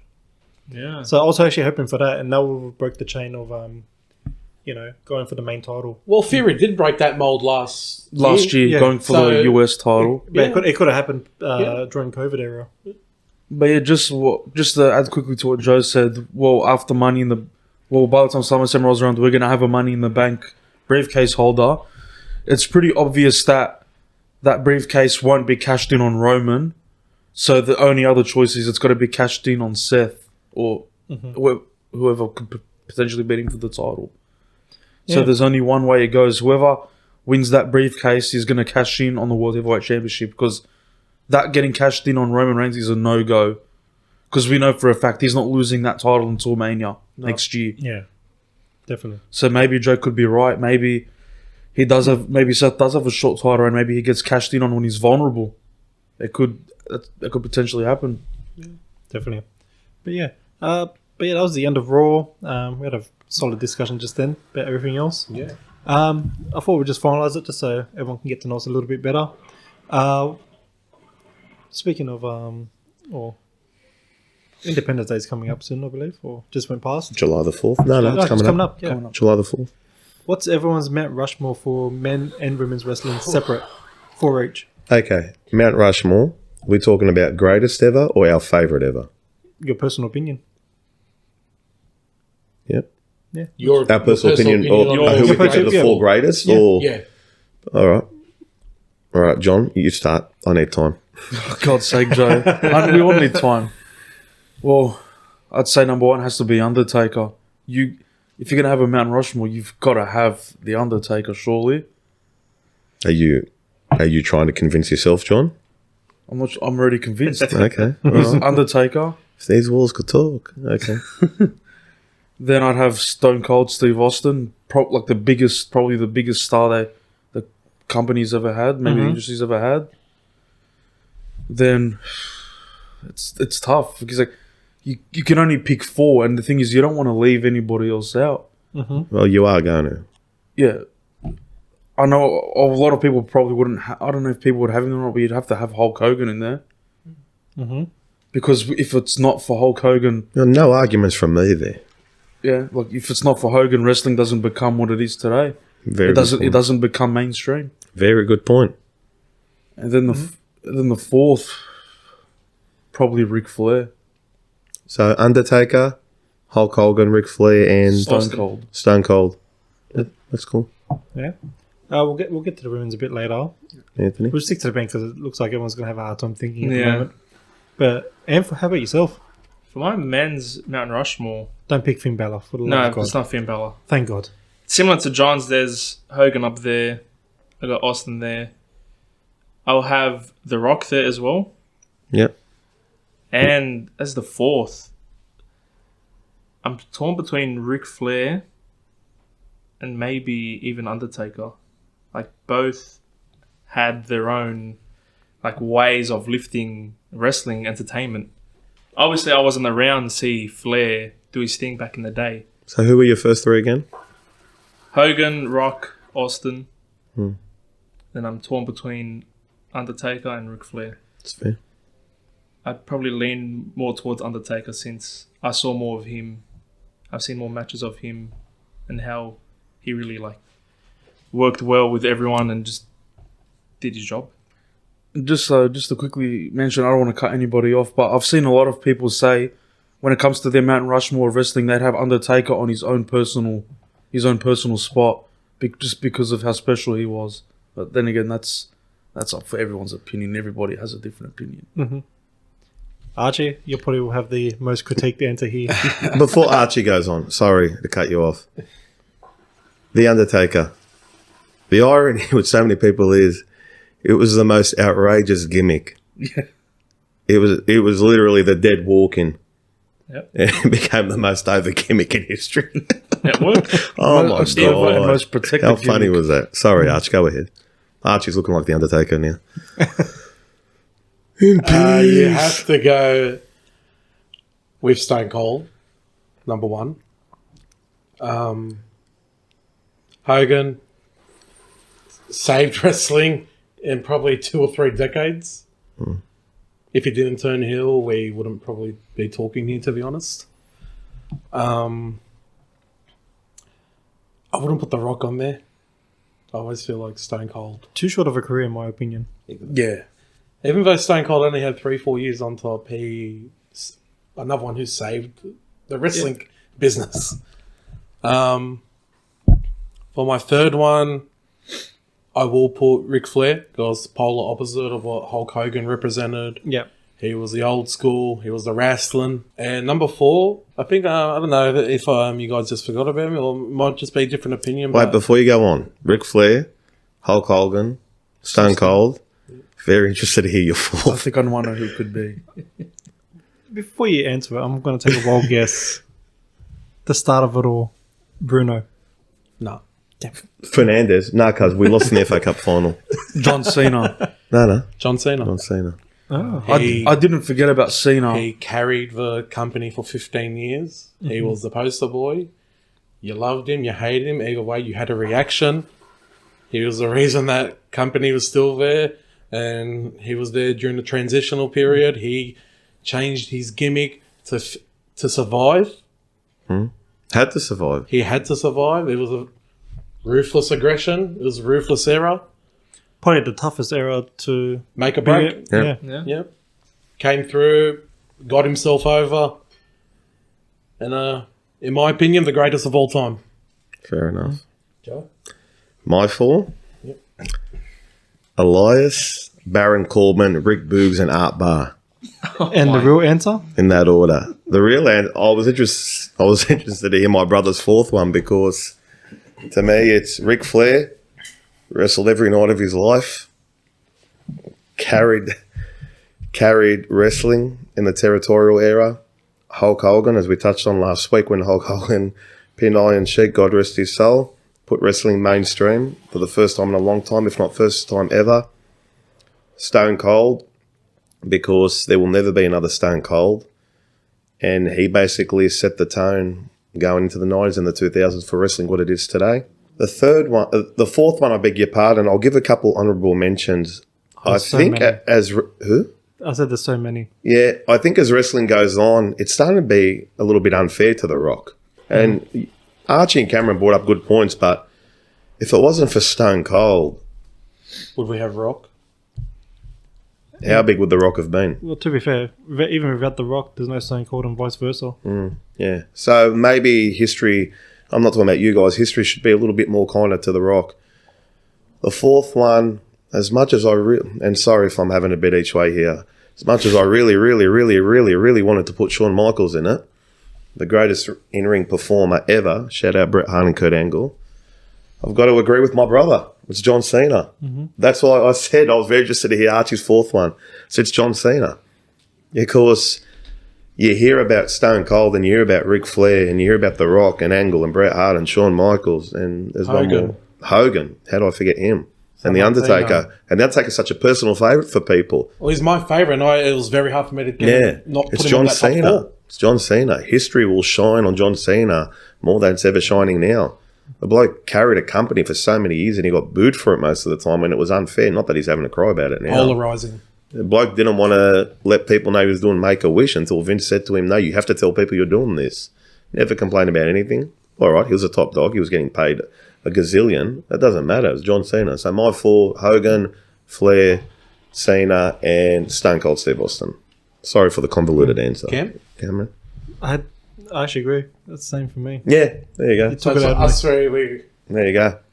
All right, Birmingham boys, you and your Undertaker and your rolling eyes. Have you guys? You know how hard that was for me not to put Undertaker? He's my favourite of all time. It was very hard. You know those things that come up on social media, they go, get rid of one. Yes. Stone Cold, Rock, Hogan, Flair, Undertaker. And I always look at them and I go, Undertaker's the first one to go for me.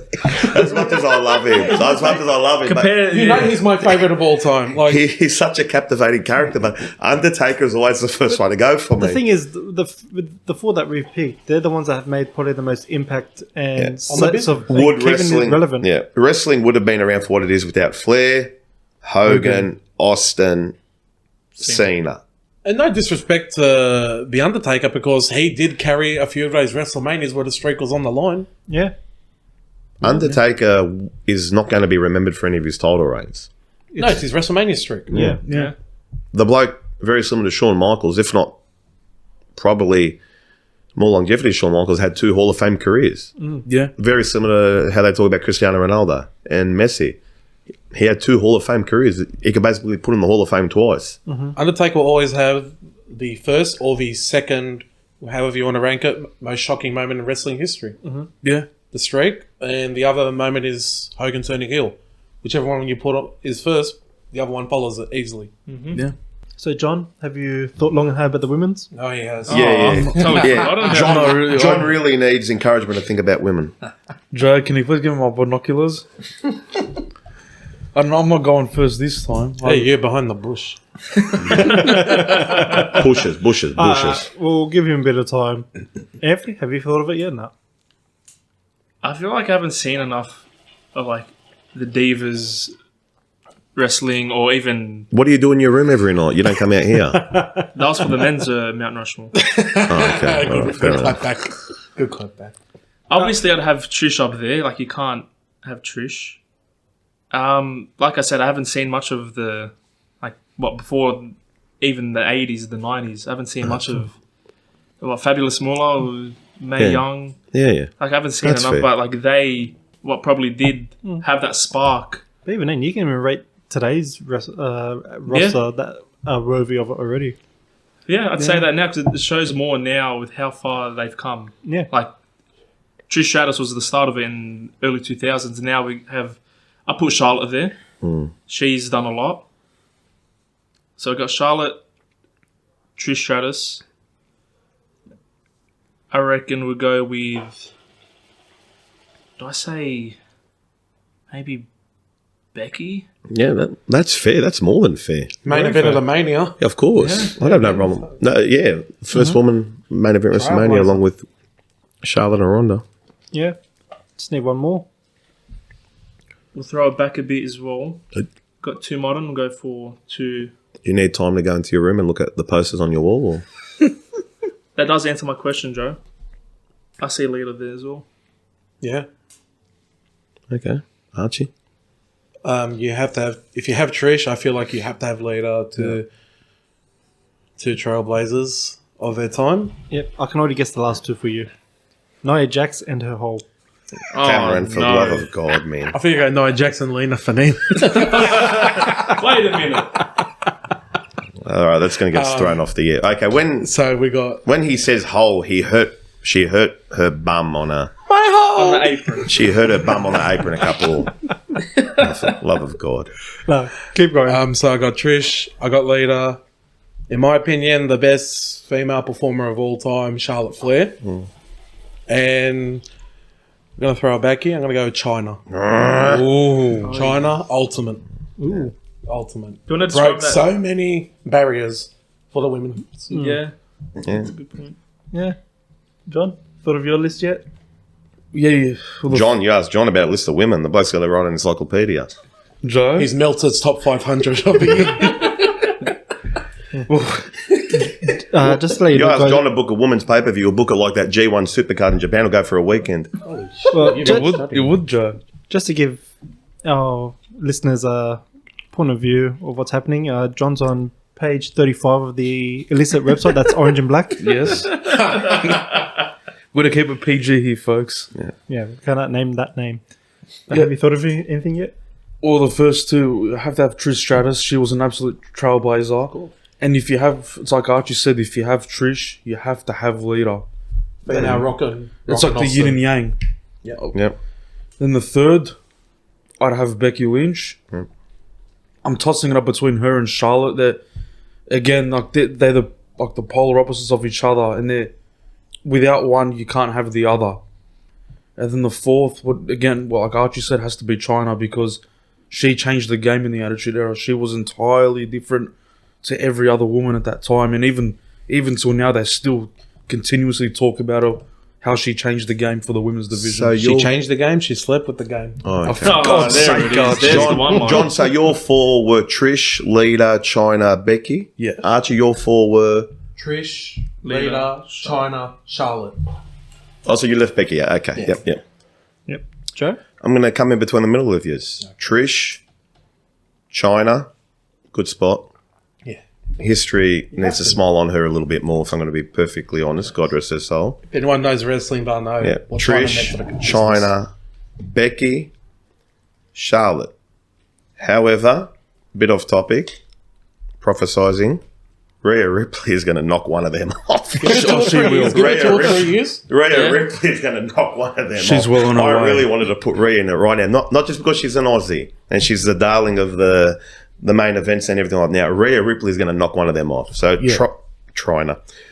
Trish, China, Becky, Charlotte, Rhea is going to knock one of them off. When you got Mummy opening up your flagship show, Yeah. you know she means something. Yes. Yeah, definitely. For me, I'm actually surprised no one picked this one because she's actually... Can we guess? Can we guess? Yeah. Go for it. No, continue what you're saying without giving out the name. Well, she is the benchmark of the women's wrestling in general. And if you want to take the guess? It's not Bianca. No, the start of it all. Not Sable. No. Oh, May or Moolah. Yeah, Mae Young. Oh. Yeah. No, I was. that's You fair. can- No, you that's need- I hinted fair. at it, yeah. You I need was- to put the Yeah, benchmark in. it's true. I was thinking. She started it all. Her and If Moolah. I've got May in there, if I've got Moolah in there, I take out Becky. Yeah. Becky. But there's something about Becky. Yep. It's Yeah. like I thought about like Fabulous Moolah and Mae Young, but obviously I didn't really get to see them wrestle. It's all far before my time. Well, their title rings are just as long as San Martino's. Yeah, that's Actually, the that's fair, Cam. That's fair. Yeah. Yeah. Because- Looking back on it now, yeah. Yeah. because like I heavily considered putting them in because that Yep. was the start of it all. And because it's such a young division now, Yeah. or anything, even though 40s isn't really that young nowadays. But yeah, I want to go for each decade, which would be Mae Young, China, Trish, and at the moment has to be Charlotte. It is. But yeah, that's my four. I'm surprised either you or Joe didn't go with maybe Medusa or Alondra Blaze. I thought about her as well. I was Nah. thinking, but Oh. And I think with her comments lately too aren't I the know. best either. not only that, but with Alundra Blaze, very controversial career with the whole going to WCW. Trash. and- the title in the Yeah. trash. Yeah. So I couldn't put that in because, No, I'm comfortable Like- with my one. especially with the men's, like Ric Flair, controversial through storylines, but not in between brands. Yeah, I'm comfortable with my answers. You need to do business. Maybe the bit of a caveat there, Rhea coming in, knocking one of them off, and May Moolah, tough to miss out there. Yeah. Yeah. And you can't go wrong with Mae Young. They already named the Royal Rumble and the Mae Young Classic that used to happen as well. Used to. That's the important word there. They were Yeah. good. Yep. Those tournaments are really good. That was the start of Rhea Ripley and Yeah. Toni Storm. Yeah, a few of the Japanese girls came up through there as well. Yeah. Who was came back? Caitlyn. Yes. Caitlyn. Wow. She was in that. The Cruiserweight Classic that brought back Tajiri, if you remember. Yeah. And they had Kota Ibushi in that. Yeah. Yeah. I thought he was here to stay, Me but too. I guess not.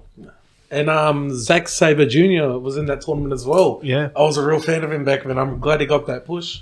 Yeah. Shame about that winner though. Wonder what happened to him. But yeah, that's it for tonight, guys. Thank you. For everyone, before I forget, we officially now have an Instagram page, a Spotify page, and including a YouTube page now. All links will be in the description, or you can go visit our Instagram page or Hookah N Headlocks. I believe it's. I'm trying to remember now. I forgot how it's written. Well, Is it all one word? Is it all one word now, or is it just? across the different platforms, we'll get our technician to look into it. Yeah, but yeah, I'm just too tired to think at the moment. But yeah, now we have Insta, we have Spotify and everything. All links will be in the YouTube description. Yeah. For anyone that doesn't know, we're recording this podcast 3 a.m. from John's bedroom, Yes. Yeah, and the Kirsty police are Tennier knocking on the door. Amazing. but yeah, Joe. Yeah. You want to do your honour? You know the go, guys. I'll do my honor dagger right now. Like, comment, subscribe, report, block, call the police. Please, we need all the help we can. I saw John last week on the corner of Woodville Road, and he was really eyeing off that. What's that burger place called, Ken? Space Burger? Nasty Burger? What's it called? What are you on about? What burger? I do not know. What's that did you burger place dream you get last burgers night? from? The food truck. Where the petrol station is. Chebos? No. No. Come on. Get stuffed. Get stuffed. Get stuffed. And John was knocking and knocking and no one was answering. So we got to help John, guys. Come on. Yeah, Harum. Prayers for John. Press F. F in the chat. No way. If what I'm hearing is true, I really feel sorry for John Benmelham. Huge if true. It looks like I'm getting a title push then. All right. All right, good night, everyone. Thank you, guys. See you later. Bye-bye. Good night, Bye-bye. everybody. Bye-bye. Bye-bye.